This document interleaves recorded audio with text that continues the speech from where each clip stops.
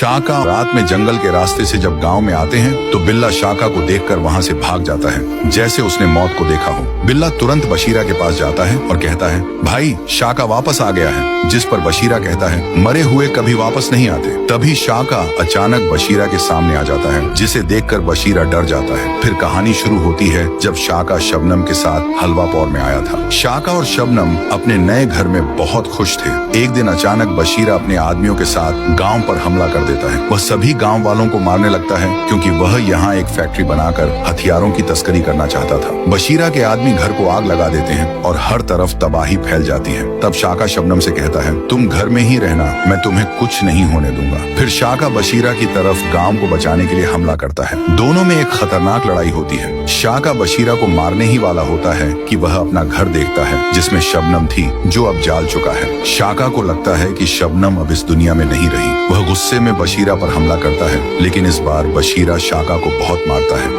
जिसके कारण शाका बेहोश हो जाता है। सबको लगता है कि शाका मर चुका है। गांव को तबाह करने के बाद बशीरा अपने अड्डे पर जाकर खुश होता है। यही वजह थी कि बशीरा शाका को देखकर डर रहा था। शाका बशीरा से कहता है, आज सारा बदला पूरा होगा, तूने मेरी शबनम को मारा है। और यह कहते ही शाका बशीरा को मारने लगता है। एक खतरनाक लड़ाई के बाद शाका बशीरा से जीत जाता है। अब वह बशीरा को मारने ही वाला होता है कि बशीरा कहता है, तुम्हारी शबनम जिंदा है, मुझे छोड़ दो। जब बशीरा ने कहा कि शबनम जिंदा है तो शाका बशीरा से कहता है, मेरी शबनम कहाँ है, जल्दी बताओ। जिस पर बशीरा कहता है, उस दिन शबनम को मेरे आदमियों ने बचा तो लिया था, लेकिन शबनम मेरे पास नहीं है। इस पर शाका गुस्से में कहता है, बता शबनम कहाँ है। फिर बशीरा एक गांव का नाम बताता है और कहता है कि हो सकता है शबनम वहां पर हो। शाका गांव के लिए निकल पड़ता है और सबसे पहले वहां के सरपंच से मिलता है और शबनम के बारे में पूछता है।